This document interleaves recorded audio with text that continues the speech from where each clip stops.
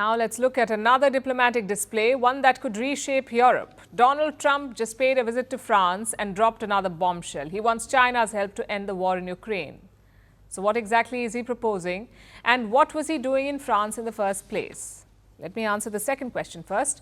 Trump was in Paris for the reopening of the Notre-Dame Cathedral. The cathedral was gutted by a fire in 2019. It was repaired over the last few years and finally reopened on Saturday. French President Emmanuel Macron held a grand ceremony for it. He invited leaders from all over the world, including Donald Trump, who is still technically a private citizen. He hasn't taken office yet, but Macron invited him because talking to Trump was important as soon as possible. So Trump was given a grand welcome at the Élysée Palace in Paris. That's the French presidential palace. Macron and Trump hugged and shook hands multiple times, and quite fiercely. It's an old habit of theirs. They did this during Trump's last presidency as well. It seems some things never change. President, I just say it's a great honor for French people to welcome you 5 years later. And you were at that time present for the first time, and I remember the solidarity and your immediate reaction.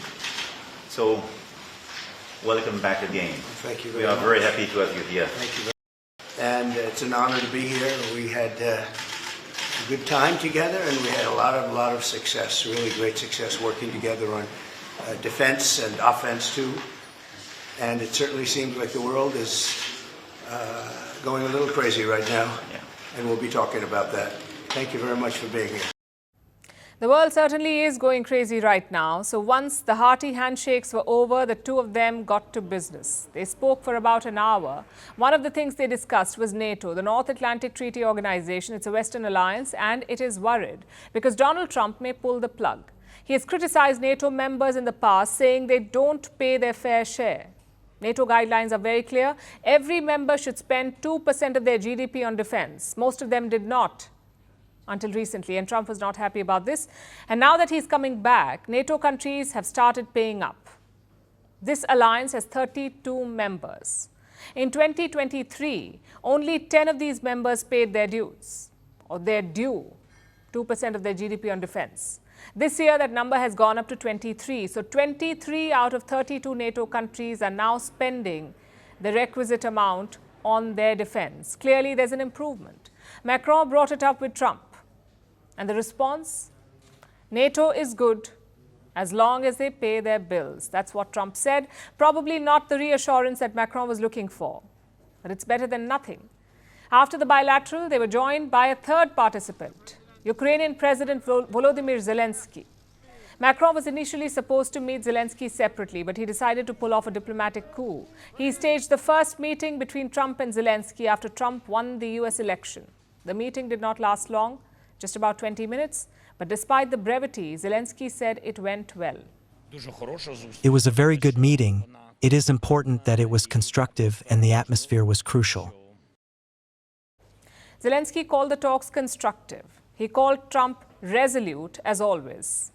And he said they would continue to work together. So he was trying to project hope.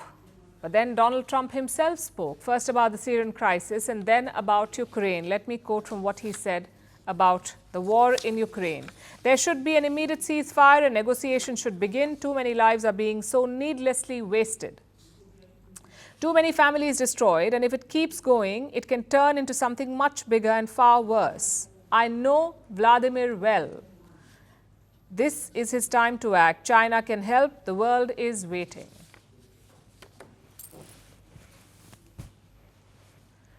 So he urged Vladimir Putin to act now to bring about an immediate ceasefire and begin negotiations. What came next was even more interesting. As you heard, Trump said China can help.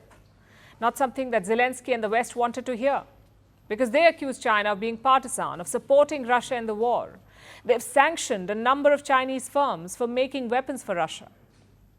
And now Trump says China can help end the war. It's interesting also because of Trump's own position. He's no fan of China. He's preparing for a trade war with them. He's threatening tariffs on Chinese imports, and yet he wants Beijing to step in to help stop the Ukraine war. This might be a signal to Putin, an assurance that he won't be pressured by the West, that he may have a friendly face at the negotiating table. But will Putin accept this? Will he be more likely to play ball if China is involved? We'll probably find out in January after Trump takes office.